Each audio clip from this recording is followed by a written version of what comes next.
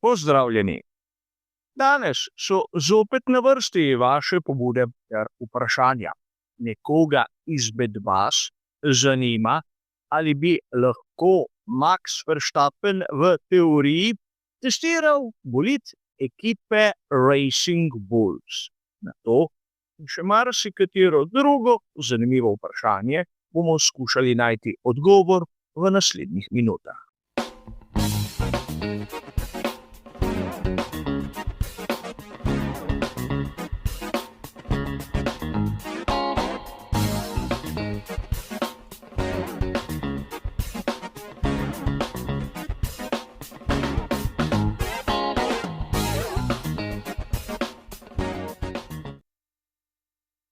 Na zastavljeno vprašanje je izjemno težko podati nek jasen, nedvoumen odgovor. Lahko bi dejali, da je dovoljeno in hkrati ni. Po eni strani ne obstaja niti en sam člen, ki bi to izrecno prepovedoval. In tu se lahko opremo na tista posezonska testiranja na progi v Abu Dhabiju, kjer mnogokrat lahko vidimo, da dobijo vozniki izrecno dovoljenje, da preizkušajo tisti stari bolid svoje bodoče ekipe. In videli smo to v sezoni 2024 na primeru Ocona in samega Sainza. Treba je poudariti, da prav Ocon je bil s strani ekipe Alpine žrtev neke vrste izsiljevanja, ko so zahtevali, da na zadnji dirki sezone prepusti svoj sedež Duanu, da bo lahko nato testiral za ekipo Haas. Tu je nekako razumljivo, da za tak tudi začasen prestop se morajo vsi vpleteni s tem strinjati. Ampak nekaj podobnega smo lahko videli tudi na primeru Oliverja Bermana, ki je v sezoni 2024 vozil za ekipo Scuderia Ferrari kot za Haas, ali pa na začetku sezone 2025, ko je Liam Lawson iz Red Bulla prestopil v Racing Bulls, Yuki Tsunoda pa je šel obratno pot. Torej, načeloma ni nekih ovir, če se s tem vsi strinjajo. Ne smemo pozabiti, da smo lahko zasledili primer Hirakawe, ki je testiral McLarena, Alpine in Haas, in ker praktično nihče ni pripomnil absolutno nič.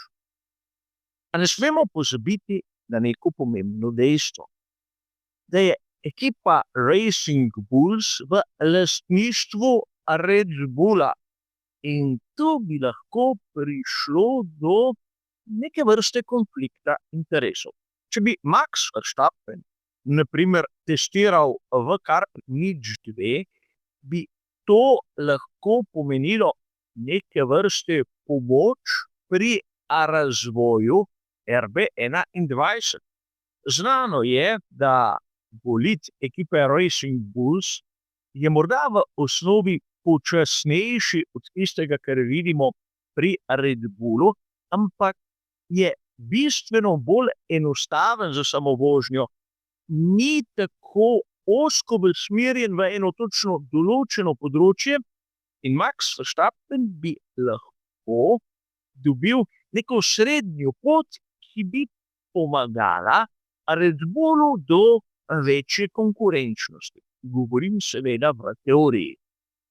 Ampak nekateri bi dejali, konec koncev, zakaj pa ne?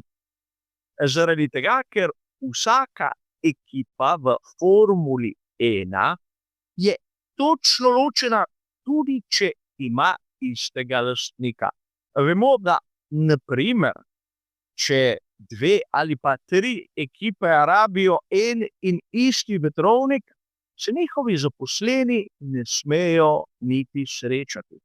Se spomniti, da je imel Red Bull težave, ko so člani ekipe Racing Bulls z njihovimi zaposlenimi delili skupno jedilnico v istem času.